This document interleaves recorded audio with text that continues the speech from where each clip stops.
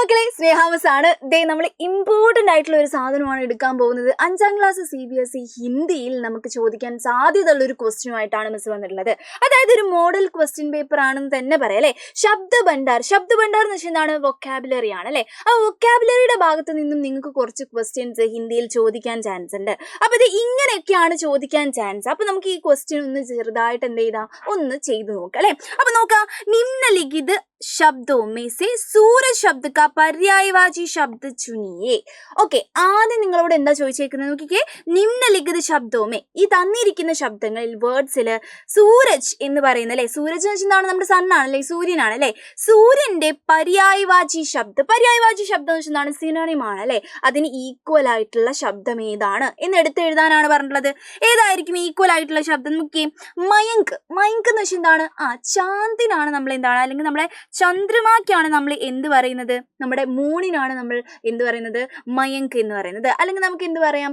ചാന്ത് എന്ന് പറയാം. പിന്നെന്താണ്? വേറൊരു പേരും കൂടി നമ്മുടെ മൂണിനുണ്ട്. എന്താണ്? രാഗേഷ് എന്ന് വെച്ചാലും എന്ത് തന്നെയാണ്? നമ്മുടെ മൂൺ എന്നുള്ള അർത്ഥം തന്നെയാണ്. അപ്പൊ ഇത് രണ്ടും അല്ല, ഉറപ്പായി അല്ലേ.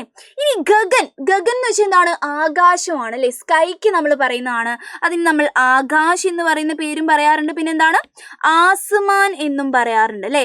അല്ലെങ്കിൽ എന്താണ്? നഭ് എന്നും പറയാറുണ്ട്. എപ്പോഴും ചോദിക്കുന്ന ഒരു ക്വസ്റ്റ്യൻ ആണ്. അപ്പൊ മക്കളെ എന്താണ്? ഇതിന്റെ എല്ലാ പര്യായവാചി ശബ്ദങ്ങളും ഒന്ന് പഠിച്ചു വെച്ചേക്കട്ടോ.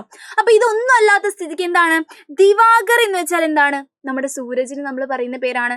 സൂരജിന് നമ്മൾ വേറൊരു പേരും കൂടി പറയല്ലോ, എന്താണ്? സൂര്യ എന്നും പറയാറുണ്ട്. ഓക്കെ, അപ്പൊ നമ്മുടെ ശരിയായിട്ടുള്ള ആൻസർ ഇതാണ്. അപ്പൊ എല്ലാ വാക്കുകളുടെയും സിനോണിംസ് പഠിച്ചു വെക്കാൻ വേണ്ടി നോക്കുക. ചെറിയ ഇങ്ങനത്തെ കുഞ്ഞു വാക്കുകൾ കേട്ടോ. ഓക്കെ, നോക്കാം. നിമ്നലിഖിത ശബ്ദോമേസി പ്രസന്ന ശബ്ദ കാ വിലോം ശബ്ദ അല്ലേ. ആദ്യം നമ്മളോട് പര്യായവാചി ചോദിച്ചു, സിനോണിംസ് ചോദിച്ചു. ഇനി എന്താ? വിലോം ശബ്ദമാണ് ചോദിച്ചേക്കുന്നത്. വിലോം ശബ്ദം എന്ന് വെച്ചാൽ ആന്റണിം. അപ്പൊ ഓരോ വാക്കുകളുടെയും ആന്റണിയും നിങ്ങൾ എന്ത് ചെയ്യണം? പഠിച്ചു വെച്ചേക്കണം. ഓപ്പോസിറ്റ് വേർഡ്സ് അല്ലേ. അപ്പൊ നോക്കാം, എന്താണ്? പ്രസന്ന വെച്ചാൽ സന്തോഷമാണ്. സന്തോഷത്തിന് പ്രസന്ന ഹോന എന്ന് നമ്മൾ പറയും അല്ലെ. അപ്പൊ സന്തോഷം തന്നെയായിരിക്കും അതിന്റെ ഓപ്പോസിറ്റ് വേർഡ്? അല്ല. അപ്പൊ ഇത് തെറ്റായിരിക്കും. പിന്നെന്താണ്? ദുഃഖാവാൻ ഒരു ചാൻസ് നമ്മൾ കാണുന്നുണ്ട്. അതവിടെ നിൽക്കട്ടെ. പിന്നെന്താണ്? അപർസൻ എന്ന് പറയുന്നതാണോ? അല്ല, അതും അല്ല. അപ്രസന്നാണോ? അപ്രസന്നായിരിക്കാൻ ചാൻസ് ഉണ്ട്.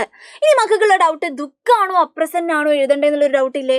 നമ്മൾ സന്തോഷത്തിന്റെ എന്താണ്? സങ്കടമാണ് നമ്മുടെ ഓപ്പോസിറ്റ് ആയിട്ടുള്ള വിലോം എന്ന് പറയുന്ന ശബ്ദം അല്ലെ. അപ്പം എന്തുകൊണ്ട് ദുഃഖം എഴുതിക്കൂടാ? പക്ഷെ ദുഃഖിനേക്കാളും എന്താണ് കുറച്ചുകൂടി ആപ്റ്റ് ആയിട്ടുള്ള വാക്ക് ഇതാണ്, അപ്രസന്നാണ്. അപ്പൊ അപ്രസന്ന എഴുതുന്നതാണ് നല്ലത് അല്ലെ. അപ്പൊ എന്താണ് മക്കൾ? അത് ടിക്ക് ചെയ്യുക. ദുഃഖം എഴുതാൻ പോകരുത്. പ്രസന്ന അപ്രസന്നാണ് അല്ലെ. ഖുഷിയാണെങ്കിൽ ദുഃഖമൊക്കെ എഴുതാം. ഓക്കെ അല്ലേ. ഇനി നോക്കാം, അടുത്തത് എന്താ ചോദിച്ചേക്കുന്നത്? ജോ മിട്ടി കെ ബർത്തൻ ബനാത്താ ഹേ. ഇങ്ങനത്തെ ക്വസ്റ്റ്യൻ ഇടയ്ക്കിടയ്ക്ക് വരുന്ന സംഭവം കേട്ടോ. ജോ മിട്ടി കാ ബർത്തൻ വെച്ചാൽ മണ്ണിന്റെ പാത്രങ്ങൾ ഉണ്ടാക്കുന്ന ആളെ നമ്മൾ എന്തായിരുന്നു വിളിക്കാം?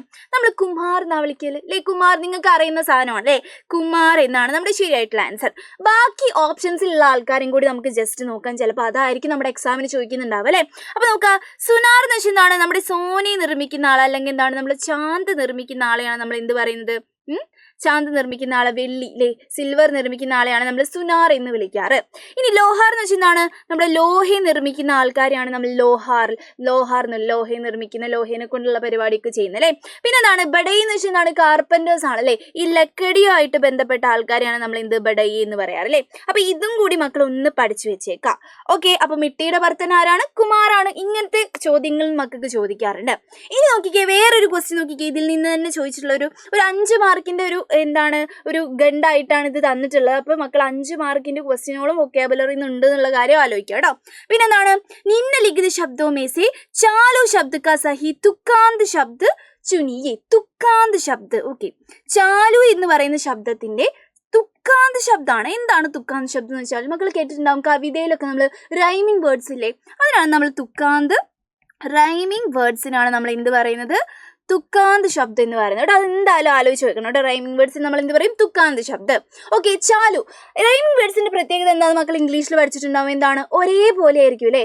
ചാലു, ബാലു, എന്താണ് അങ്ങനത്തെ അല്ലേ, കാലു തൂ താലു ഒക്കെ പറയല്ലേ നമുക്ക്. അങ്ങനത്തെ ഒക്കെ ലു ലു ലു വരുന്ന ആൾക്കാരെയാണ് നമ്മൾ എന്ത് പറയുന്നത്, അതിൻ്റെ റൈമിങ് വേർഡ്സ് എന്ന് പറയുന്നത് അല്ലേ. അപ്പോൾ കാർ, താർ, ആർ എന്നുള്ള ആ സൗണ്ട് റിപ്പീറ്റ് ചെയ്ത് വരുന്നത് അല്ലേ.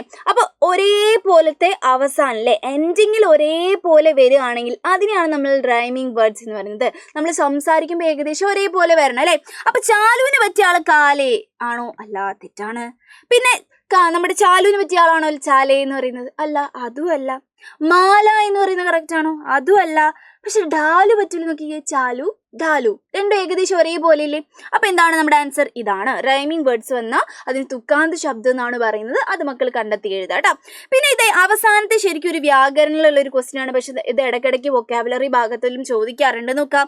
നിമ്നലിഖിത ശബ്ദവും വിശേഷൻ ശബ്ദ ചുനിയേ. വിശേഷൻ വിശേഷൻ എന്താണ്? നമുക്കൊക്കെ അറിയുന്നതാണ്. വിശേഷൻ ശബ്ദ എഴുതാനാണ് പറഞ്ഞിട്ടുള്ളത്. നോക്കാം. അനാർ എന്ന് പറയുന്ന ഒരു ഫ്രൂട്ടാണ്. അല്ല. ബിഷ്ടി എന്ന് പറയുന്നത് എന്താണ്? നമ്മൾ പഠിച്ച സാധനമാണ്. എന്താണ്? വെള്ളം ഇങ്ങനെ കൊണ്ട് നടക്കുന്നല്ലേ, ആ വെള്ളം കൊണ്ട് കിടക്കുന്ന ആളെയാണ് നമ്മൾ ബിഷ്ടി എന്ന് പറയുന്നത്. അതും അല്ല. നോക്കിക്കേ, മട്ക്കി. മട്ക്കി എന്ന് വെച്ചാൽ എന്താണ്? പോട്ടാണ്. അതും അല്ല. വിശേഷണം എന്ന് പറയുന്നത് എന്തായിരിക്കും? ഒരു സാധനത്തിന് നമ്മൾ വിശേഷിപ്പിക്കണം അല്ലേ.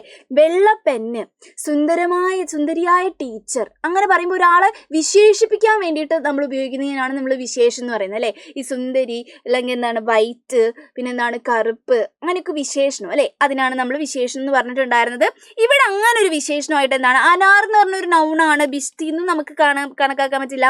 മട്ക്കി പോട്ടും അത് കണക്കാക്കാൻ പറ്റില്ല. പക്ഷെ സുന്ദർ നോക്കിക്ക്, സുന്ദർ വെച്ച് നമുക്ക് എന്തെങ്കിലും പറയാം അല്ലേ. അപ്പൊ സുന്ദർ എന്താണ്? ഒരു വിശേഷണ ശബ്ദമാണ്. അപ്പൊ നമ്മുടെ ആൻസർ എന്താണ്? ഇതാണ്. അപ്പൊ ഇങ്ങനത്തെ വൊക്കാബുലറി ക്വസ്റ്റ്യൻസ് നമുക്ക് വരാൻ സാധ്യതയുണ്ട്. അപ്പൊ പഠിക്കുമ്പോൾ സിനോണിംസും ആന്റണിംസും പിന്നെ എന്താണ് വിശേഷണ ശബ്ദങ്ങളും തുക്കാന്ത ശബ്ദങ്ങളും അങ്ങനത്തെ എല്ലാ കാര്യങ്ങളും പഠിച്ചിട്ട് പോയിക്കോളാം കേട്ടോ. അപ്പൊ ഇതേപോലത്തെ കുഞ്ഞു കുഞ്ഞു കോണ്ടന്റ് ആയിട്ട് ഇനിയും വരുന്നതായിരിക്കും. Bye bye.